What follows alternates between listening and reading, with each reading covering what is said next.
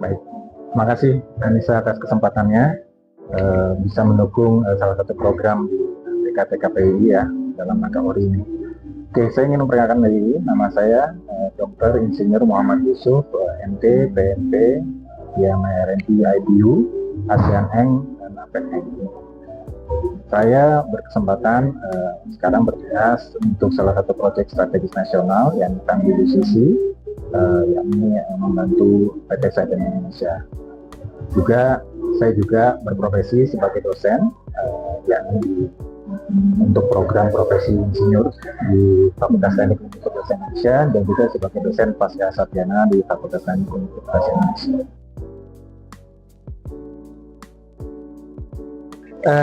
Saya lulusan dari sarjana teknik di Fakultas Teknik Universitas Indonesia, lulus dari tahun 1996 sampai 2001. Kemudian saya juga mendapatkan magister teknik atau master engineering dari Fakultas Teknik Indonesia di gas management. Kemudian lulus di S3 doktoral di bidang project management di Fakultas Teknik Universitas Indonesia tahun 2022 sampai 2025. Setelah lulus S1 di tahun 2021, saya berkesempatan berkarir sebagai insinyur di bidang offshore, khususnya untuk heavy lift platform construction dan juga pipeline EPCI. Jadi saya memulai di EPCI kontraktor di Saipem sebagai offshore installation project engineer. Kemudian dari situ di bidang EPCI ini memang merupakan pengalaman saya yang cukup lama, ya, mewakili dari sebagian besar pengalaman saya menduduki berbagai posisi dari project engineer, project management engineer, kemudian yang sekarang yakni deputy subsea technical manager ataupun interface lead. Jadi dari Saipem ini saya berkesempatan mendukung dua program strategis nasional. Yang pertama adalah Tangguh Expansion Project tahun 2016 sampai 2023. Kemudian yang sekarang sedang saya jalani adalah Tangguh UCC Project dari tahun 2024 sampai sekarang. Kemudian selain di PCI kontraktor, saya juga berpengalaman di perusahaan engineering consultant, yakni Wood Group Kenny atau JP Kenny. Juga ada Asiatek Energi Mitra Tama dan juga berbagai engineering konsultan yang lain seperti Bina Reka Cipta Utama, kemudian Salman Solusi Reka Cipta. Mayoritas posisi saya di engineering consultant itu sebagai project manager dari tahapan project engineering dari offshore, baik dari tahapan konsep select, kemudian feasibility study, ya, ada FEED di situ, juga ada engineering, procurement dan construction sampai installation sampai pre-commissioning untuk offshore facility, khususnya platform maupun pipeline dan juga kabel. Selain itu saya juga berkesempatan meniti karir juga di owner, yakni multinational oil and gas company, sebagai yakni misalkan Chevron, ya, Chevron Indonesia Company saat itu, sekarang mungkin sudah berganti menjadi PHKT. Kemudian ada juga HES Indonesia Pangkah, dan yang terakhir di Pertamina Hulu Energi, ya, atau PHEOSES, ya, mayoritas sebagai project engineer, ya, khususnya di project management spesialis. Jadi hampir kurang lebih 25 tahun ya berpengalaman baik di engineering consultant, PCI kontraktor maupun sebagai oil and gas company atau K3S. Baik, terima kasih. Mungkin saya akan cerita sedikit pengalaman saya, ya, khususnya bidang keinsinyuran. Jadi saya akan cerita tentang bisnis prosesnya dulu deh, dari berbagai perusahaan yang saya sudah jalani ya. Jadi bisnis proses di oil and gas, khususnya baik offshore maupun onshore facility, itu biasanya ada tahapan yang namanya konsep select atau feasibility study, kemudian ada fase FEED atau front end engineering design, ya, ini untuk studi awal untuk pengembangan fasilitas offshore, baik platform, subsea pipeline, subsea kabel, ataupun FLNG atau FSO. Jadi dimulai dari tadi tahapan konsep select dan FEED, setelah itu lanjut ke tahapan design engineering ada proses market survey sampai akhirnya cost estimate ataupun schedule development, bagaimana merencanakan proyek nanti EPCI-nya seperti apa sih gitu. Jadi di situ ada tahapannya yang di studi dari sisi kelayakannya, baik teknis maupun komersial. Jadi di situ menjadi acuan bagaimana penganggaran ataupun penjadwalan sebuah proyek EPCI ini yang nantinya menjadi basis untuk persetujuan baik dari internal perusahaan maupun dari otoritas seperti SKK Migas. Kemudian pada saat kita bicara di EPCI, seorang insinyur itu bisa memulai dari proses mengupdate ataupun memverifikasi hasil dari front end engineering design tadi, ya, berdasarkan dari kontrak, scope of work. Jadi difinalkan apa saja opsi yang sudah disepakati ataupun dituliskan di dalam kontrak, nanti didetailkan di fase detail design engineering. Nah, setelah engineering ini sudah mulai mature, sudah mulai makin bagus, makin sempurna, ada proses procurement gitu. Engineering pun akan sangat berkontribusi seorang insinyur di dalam tahapan procurement ataupun pengadaan. Jadi dari mulai membuat dokumen invitation to tender atau invitation to bidder, ITB dokumen, kemudian membuat sebuah requisition untuk material, scope of work untuk service. Nah, kemudian juga nanti ada tahapan procurement di situ, ada negosiasi, ada klarifikasi, sampai akhirnya di award ke baik subkontraktor ataupun vendor. Jadi insinyur akan sangat penting di situ berkontribusi di dalam tahapan di situ procurement atau pengadaan. Kemudian pada saat sudah procurement tentunya nanti ada proses fabrikasi dan juga konstruksi, ada instalasi, ya, ada transportation dan juga mobilisasi perencanaan. Nah, di situ khususnya untuk saya karena memang di bidang offshore ada persiapan untuk transportation engineering dan mobilization planning untuk persiapan installation offshore campaign, ya, proses instalasi konstruksi pada saat nanti di offshore nanti sampai akhirnya pengetesan mechanical compression, pre-commissioning dan juga nanti support untuk commissioning dan startup. Mungkin itu sekedar gambaran profesi insinyur yang bisa berkolaborasi atau berkontribusi, ya. Jadi nggak usah khawatir karena ternyata banyak sekali, ya, seorang insinyur itu bisa berkontribusi di bidang kelautan ini.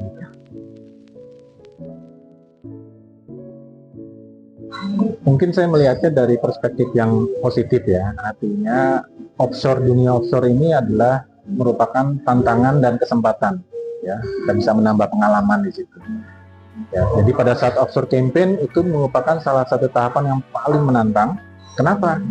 Karena pertama lokasi, biasanya itu remote, ya, remote location area, jauh dari keluarga. Kemudian juga kita bicara offshore, ya, ada weather di situ, ada wind, ada wave, ya, ada swell. Jadi dari mulai perjalanan menuju lokasi saja udah cukup menantang, ya. Ada jarak dan juga durasi perjalanan yang cukup lama, butuh ketahanan fisik dan mental yang kuat menuju ke sana.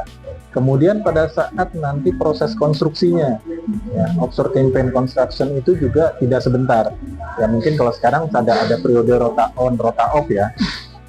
Tapi itu pun juga tidak sebentar, bisa 1 bulan atau mungkin bisa sampai 2 bulan lebih. Jadi dengan tekanan yang tinggi, ya, offshore. Jadi mungkin sebagai gambaran aja, offshore spread, ya, itu daily rate-nya itu bisa miliaran rupiah per hari.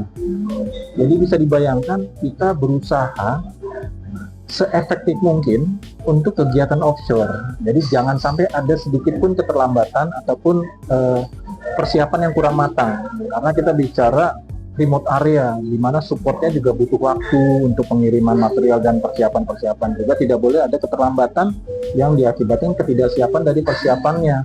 Jadi tekanannya ini menjadi cukup tinggi. Kemudian juga offshore operation itu biasa 24 jam. Biasanya kita bisa mendapat shift salah satunya di 12 jam, baik yang awal maupun yang shift yang malam. Jadi kadang kalau belum terbiasa, ini juga mungkin akan menantang pada saat bekerja di shift malam misalkan.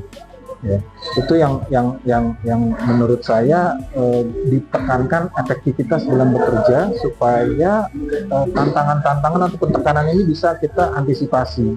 Gitu. Jadi perencanaan yang matang sebelum kita mobilisasi dan juga ketahanan mental pada saat kita nanti di offshore campaign itu sendiri, mencegah potensial delay dan cost of run di dalam offshore construction tersebut.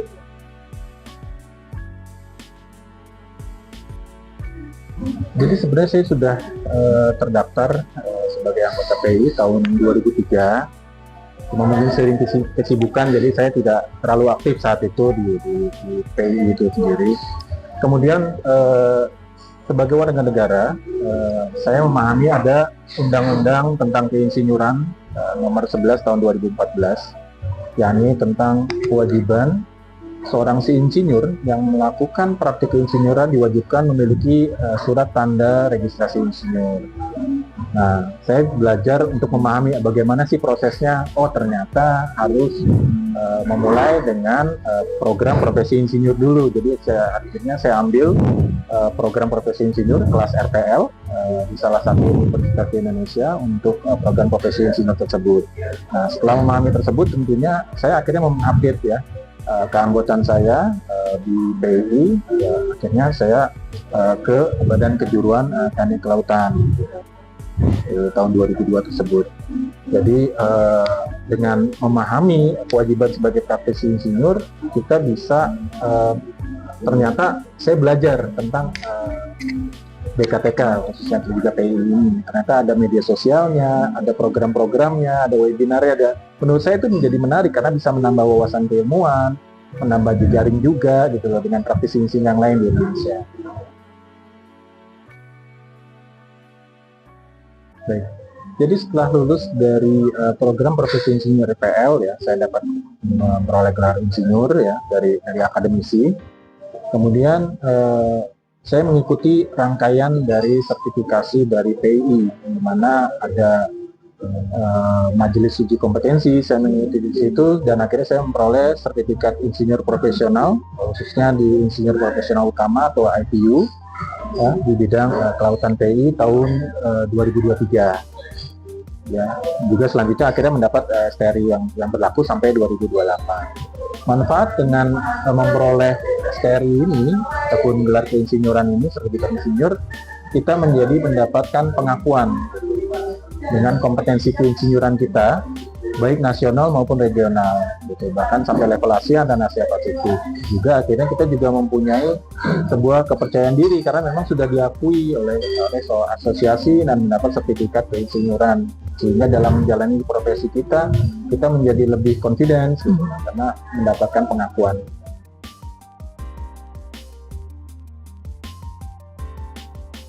Ya, terima kasih. Jadi pengalaman di bidang offshore ini memiliki cerita yang banyak ya. Yang paling berkesan bagi saya bisa menghasilkan sebuah legacy ya. Bagaimana dari mulai tahapan persiapan, bahkan dari awal munculnya sebuah proyek tadi ya, dari konsep select, dari kelayakan studi, kemudian dari sisi fit, juga dari sisi EPCI. Nah, khususnya di EPCI, setelah tadi kita bicara ada engineering, pengadaan, transportation, dan juga installation. Nah, menariknya ini pada saat kita bicara installation ini, kita bisa menyelesaikan sebuah pembangunan fasilitas offshore. Kita bisa lihat tuh bangunannya, itu berdiri kokoh, fasilitas tersebut baik pipeline, kabel, maupun offshore platform dengan lepas pantai tersebut. Ya, pengalaman saya yang juga sangat menarik dan juga menantang adalah pada saat saya berusaha offshore heavy lifting operation, di mana dari mulai mendesain, engineering, pengadaan untuk supportnya ya, baik rigging dan liftingnya maupun dari desain engineering dan juga transportationnya. Karena heavy lift platform yang saya pernah pasang itu lebih dari 2.000 ton, Mas. Heavy lift operation untuk platform facility. Jadi ada banyak, mungkin sudah hampir 10 platform ya, termasuk di dalamnya ada jaket, topside, fan boom, flare boom, bridge, boat landing, dan juga struktur-struktur lainnya ya.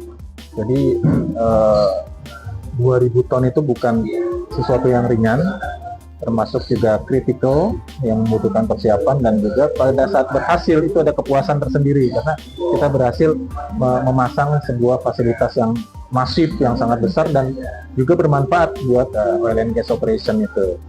Selain itu juga dengan saya bekerja di multinational company, baik kontraktor ataupun sebagai operator, Di situ saya mendapatkan exposure internasional, juga berkolaborasi dengan berbagai engineer dan juga praktisi dari mancanegara, dari mulai proses engineering design, procurement, construction, sehingga dengan menambah keilmuan, juga memahami budaya ya, juga jejaring yang lebih luas, sehingga pada akhirnya kita bisa meningkatkan kompetensi kita yang bisa bermanfaat untuk pengembangan karir di masa depan.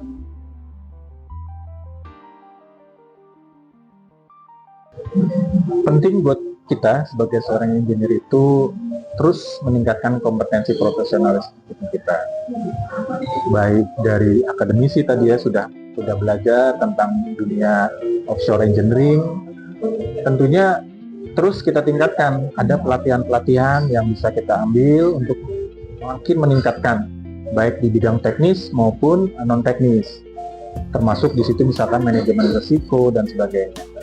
Juga perlu kita meningkatkan kolaborasi kita di bidang keinsinyuran. Jadi dengan kita mengikuti acara-acara dari PI ini, dari BKTK ini, bisa menambah jejaring kita. Kita bisa berkolaborasi, memahami, oh ternyata ada loh ilmu tentang di bidang kelautan tentang A, B, C misalkan. Kemudian juga menambah jejaring juga, sehingga menambahkan opportunity kita untuk bisa berkesempatan bekerja di bidang offshore.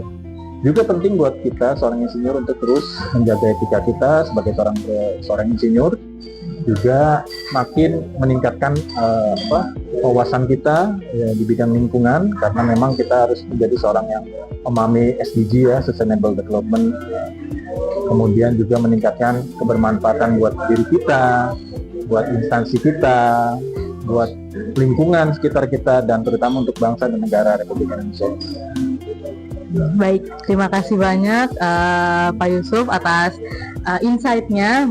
Terima kasih telah berbagi pengalaman Bapak sebagai seorang insinyur Indonesia, terutama yang bergerak di bidang offshore. Terima kasih. Sampai bertemu kayak Pak di episode ORI selanjutnya. Terima kasih, ya, kesempatannya. Ya.